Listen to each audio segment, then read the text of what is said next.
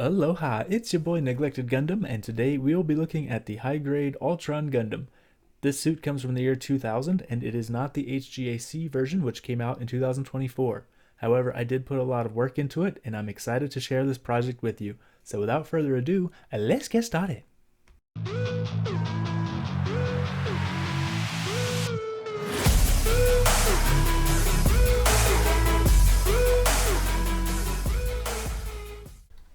Welcome back to my channel, and I'm happy to have you here today. The first thing that you'll notice is that the pieces to this guy are on the floor. My build desk was preoccupied with another project, and I wanted to start this suit ASAP. This was a time-sensitive build, as I wanted to get this video out around the same time as the HGA suit was being released. As you can see here, there are going to be a lot of seams I will have to take out of this build. Since this kit is so old, I have a lot of modifications in mind.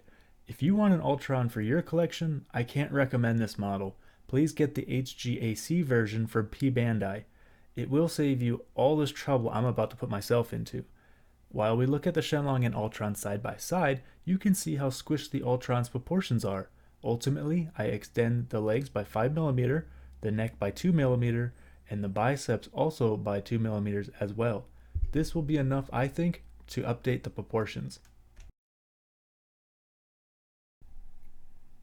The first problem I want to tackle is the limited mobility of the knee. It is important to do this first, as it is going to be held prisoner by the pieces of the leg it joins together. I am going to be taking the seams out of the leg pieces in the future. I get the two pieces of 2mm plot plate ready and join them together.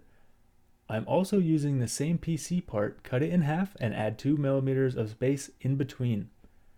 Originally, I tried using the shape of the HGAC knee joints for this part, but the leg armor didn't allow it to get the bend that I wanted, so I kept a long and narrow approach.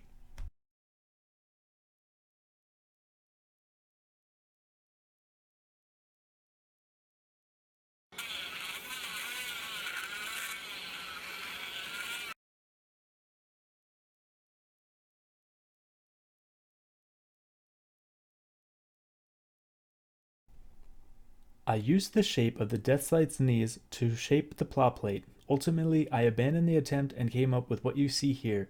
This is a great way to add 2mm as it naturally hid the extension and added more mobility.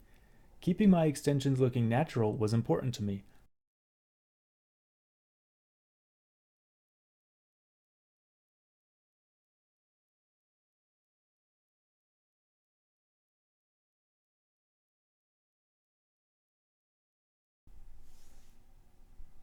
I find that extending pieces can be easy or hard.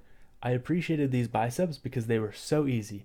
You could almost say that it was a pleasure working with these pieces. Cutting them in half and deciding where that cut should be was a breeze. Add 2mm here, and its length should be comparable to that of the Shenlong. There are, however, some things to look out for though. It is very important to get the two pieces lined up properly on either side of the plate. You wouldn't want to do all this work just to have it end up crooked.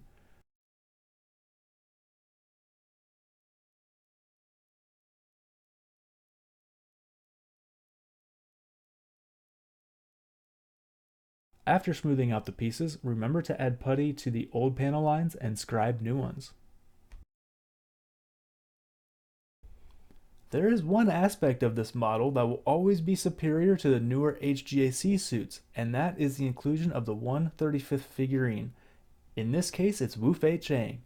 As a painter, I love these additions, but admittedly back in the day in the early 2000s, I just threw them aside like everyone else. It is easy to find them on eBay, however. I spent a small fortune collecting them all, at least the ones from Gundam Wing.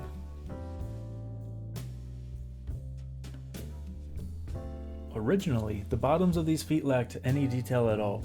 I used the Shenlong for reference and came up with a very simple design. The best part about adding these details was that it naturally hid a 1mm extension, so combined with the knees, I've already added 3mm. To be honest with you though, I don't really care a great deal on what the design looks like. The 1mm extension was the most important part to me, and besides, this was a great excuse for me to use my brand new cutter. This is the DISP ATCJ cutter. It is the cheaper of two versions. I believe this was 50 USD and the other option was 100. This one is a little limited in the cutting angle, as you'll see me struggle to get my first ever cut. The other version can cut at any 360 degrees that you want, if I remember that correctly. That being said, this cutter is more than enough for what I'm going to use it for. I have to give a quick shout out to Johnny Macahand, who guided me to this product. He told me that the Chopper 2 that I was admiring in a couple of his videos is a bit bulky for his workstation, and I should go with Disp. So thanks, man.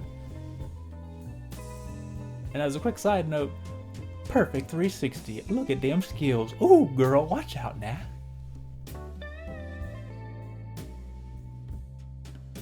I also think it's really cool that us builders can reach out to one another and trade ideas or ask questions. That really adds a sense of community to our hobby. If you ever have any questions for me, find me in the comments. I respond to everyone. Remember when I said the bicep extension was easy? Well, that was not the case with the legs here. Because of the vent, I had to make my cut very strategically. I came in at an angle and stopped before I cut through those vents. It would be a pain to try and extend those bits. The on-site chisel set, which you will see throughout this video, is an awesome tool to cut around the vent housing. 2mm plow plate was then added and cemented into place.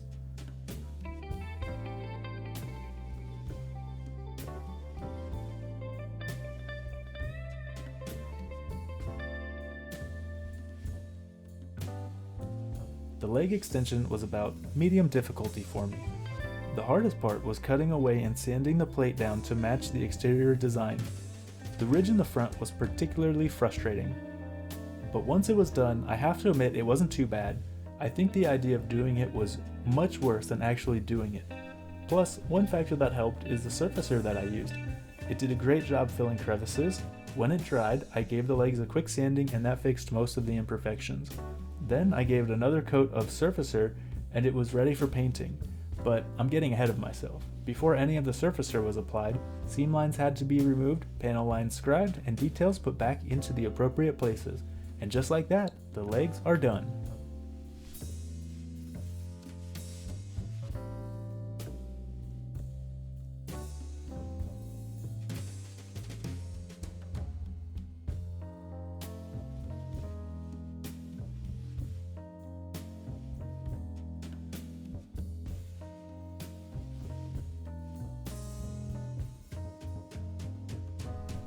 Next up is the antiquated skirt flaps. The newer skirts are easy because of the built-in ball joints. All you need to do is snip it. But that's not the case here. It was interesting coming up with a solution. The flat nail heads worked perfectly for keeping them in place. Then, off screen, I went ahead and added plow plate to hide the nails.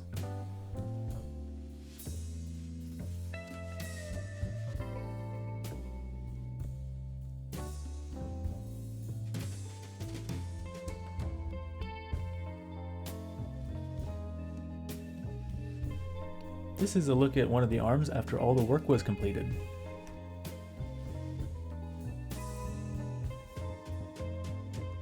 The neck was extended to give the head a little more clearance. It was extended by 2mm. This is the Disp MTEC circular cutter. This version is the starter kit. And come to think of it, I'm actually debuting a lot of new tools in this video. I've been very excited to try all these new tools and I'm enjoying how easy they make everything. This cutter is branded as a starter kit because it does not come with a nifty tool that locates where the cut will be made. But because of the exclusion of the center cut locator, I feel like this is a more advanced cutter. They just assume you know what you're doing. As a starter in this line of products, I sure wouldn't mind the locator. But I think it's branded as a starter because it is the cheapest of the three options. I'm using this cutter to upgrade Altron's shield. I cut two thin 0.4mm plates and glue them together. A rectangular hole is cut out and it is placed into the shield. I sand the sides of the plate until it can fit inside the shield's rim. I use Shenlong's shield as a template to add custom details. Originally, it has all the details you would expect from an old kit. The outside looks great, but the backside is hollow and has no details. The other cutter came in clutch as it helped me to make all my remaining cuts.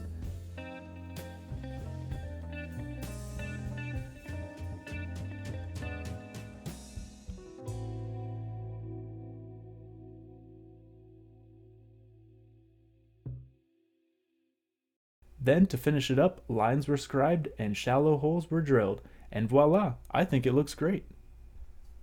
I did a modification with the hands that I will explain later, but as far as the things that I recorded, last but not least is the addition of a new pivot joint to the dragon tail.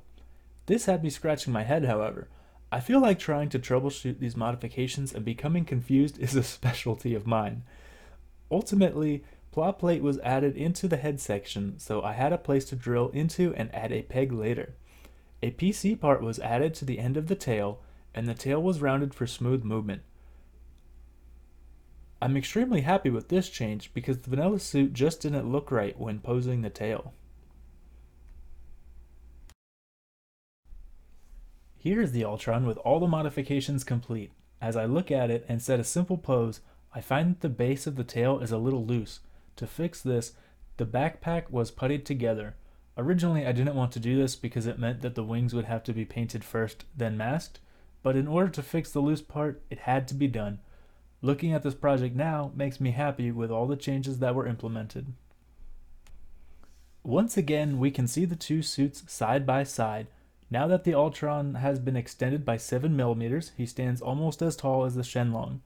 He's not quite the same proportions, but that's okay. The Altron is wider, and that makes up for its vertical shortcomings.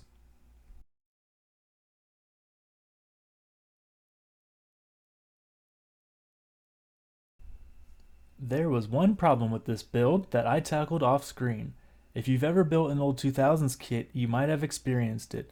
Newer kits, especially the HGAC kits, come with multiple hands, from expressive to weapon holding to angled weapon holding hands. This old man only came with weapon holding hands. They were made of PC material, which can be hard to paint as well. I gathered some extra parts from other suits and got to work. The first problem was that the joints on the newer models were too small. To fix this, I cut the ball joint off of the Altron's hands. They were the right size to fit in the hole in the forearms. All the ball joints along with the wrists were then cut off at the base of the hands. I drilled holes into the hands and could now insert a peg. Now all the hands can be changed out by sliding them on and off said peg. It's an easy fix for such an old kit.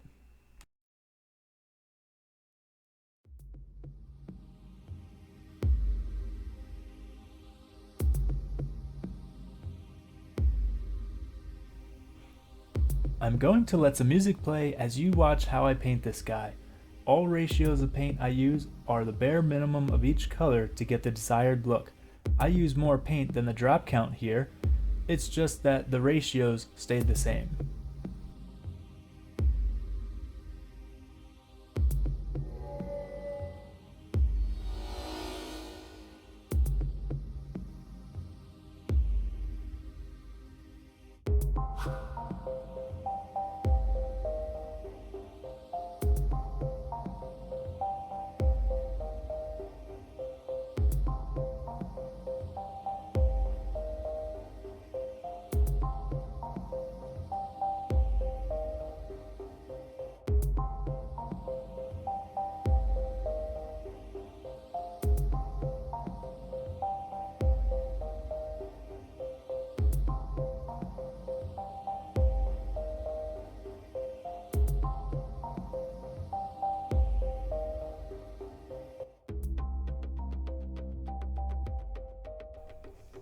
When it comes to the shading on the white pieces, I like my shading to be very subtle.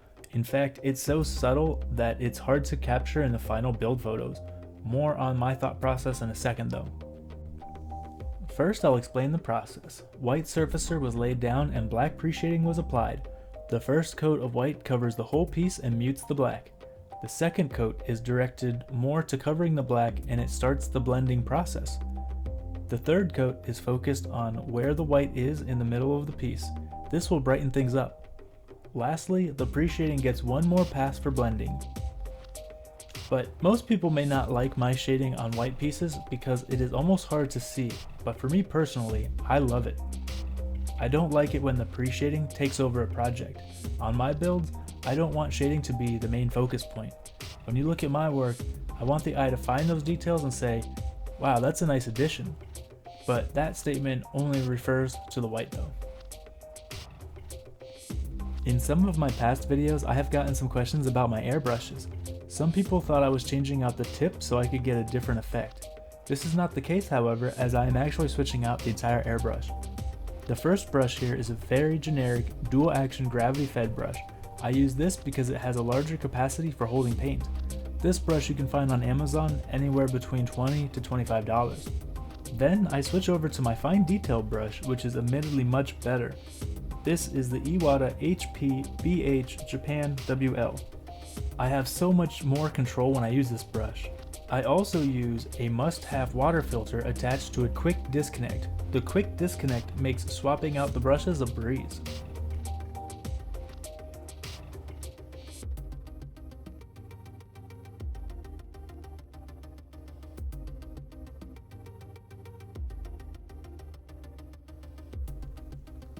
This is the last new tool that I got. This is the Disp cutting mat, and it is the Straight Lines D version.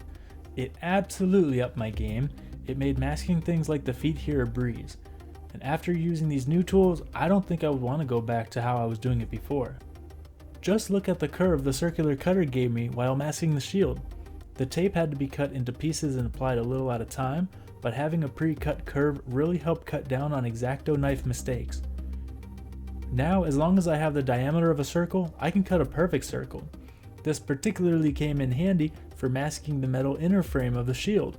Admittedly though, without the center cut locator tool, it was a little difficult finding the exact middle, but I was able to use the leftover scrap masking and made short work of that.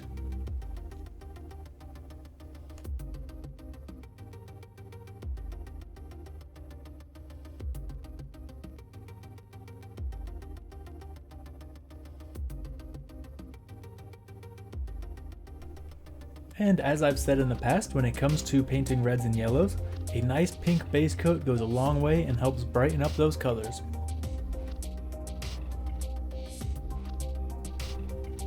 While you watch me paint this guy, it would be nice to mention that because of all the masking involved, I was super cautious when it came to the drying time.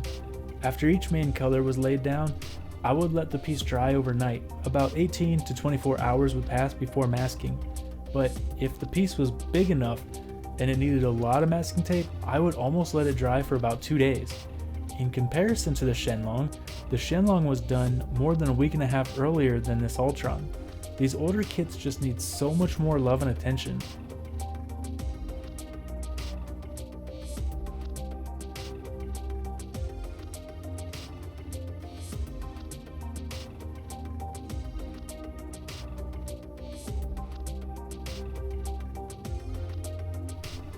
I ended up making a mistake with the beam effects. The first step here was replicated, so I kept it in the video for you. The other colors were removed and not replaced. I'll show you in a bit how the pieces were messed up. In order to get the shading right on the green pieces, I applied the paint ratio here over the whole piece. Blending was used to tie in the pre-shading. I then added about 10 drops of the bright green to the paint cup. I don't have an exact ratio because I don't know exactly how much paint I had already used at this point. This final mix was used to do one last highlight in the center of the piece. I rarely use this technique, but I like it and I think I'm going to be using it from now on. This whitewash is what ruined the beam effects for me. It's something that appealed to me and I wanted to do it, but I don't have a white enamel, so the rushed nature of adding the white ruined the pieces and they needed an OxiClean bath. You know, I feel like every project I work on teaches me a new skill or trick, and this is no exception. As tape was removed, a bit of paint came up with it. It wouldn't be so bad if I painted in a solid color, but since I primarily shade my kits, I would have to come up with a solution. And learning to do this fix has been on my list of things to learn for a while now. Ultimately, I used a combination of hand painting and blending to get the desired effect. You have to make the colors depending on where your shading changes gradients. After you have your color, make sure to thin it more than you would for just hand painting. It has to be thinned because the paint needs to be spread out past the defect. If you were to have a hard stop just past the defect, there would be a pretty sharp change of color, and we don't want that. So I'm actually really happy I learned this skill. Oh no. As you can see here, I made a mistake and put some red on a yellow piece. But I left this footage in the video so I could share my favorite piece of art advice from my father. One of my favorite things he used to say was this: no matter the artist, whether they are just starting out or have years of experience, everyone makes mistakes on their projects. And what separates a good artist from a great artist is that they can take that mistake and make it look as if it never happened. My dad told me that when I was a small boy, and this piece of advice has stayed with me ever since.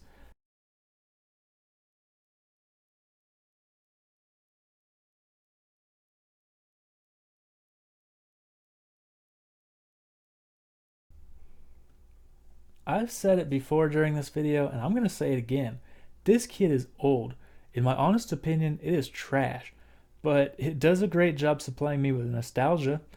Back in the early 2000s, I was in middle school when this suit came out, but this suit was advertised to the US sometime in the mid 2000s, and that would have put me in high school. But the commercials for this model lineup aged like sour milk left outside on a hot day. They were cheesy even when they came out. I just remember rolling my eyes back then. But apparently throwing a skill level on a model kit was supposed to impress America's youth. Skill level 1 to 5, and it was a test to how good of a builder you could be. But honestly, man, I can't with this, bro. This high grade Altron was a level 1. Maybe back in the day, if it was a bare bones build, perhaps. But bringing this thing up to where we are today with model kits, man, it went from level 1 to 100 real quick. I can't recommend this suit.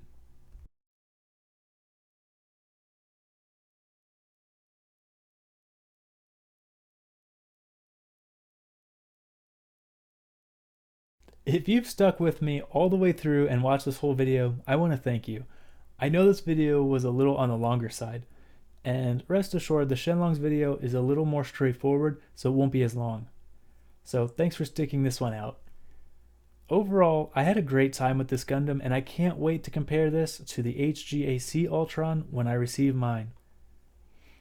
That being said, the next project after the Shenlong and Altron will be the Master Grade Wing Gundam Zero Custom Verkaw Clear in a pearl coat, as I currently am working on that and it is in my art studio right now.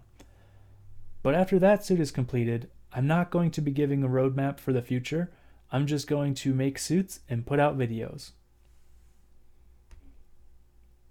So if you like the content of this video, go ahead and make sure to like, comment, and subscribe.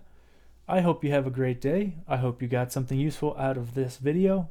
And until next time, I hope you don't feel that neglected now.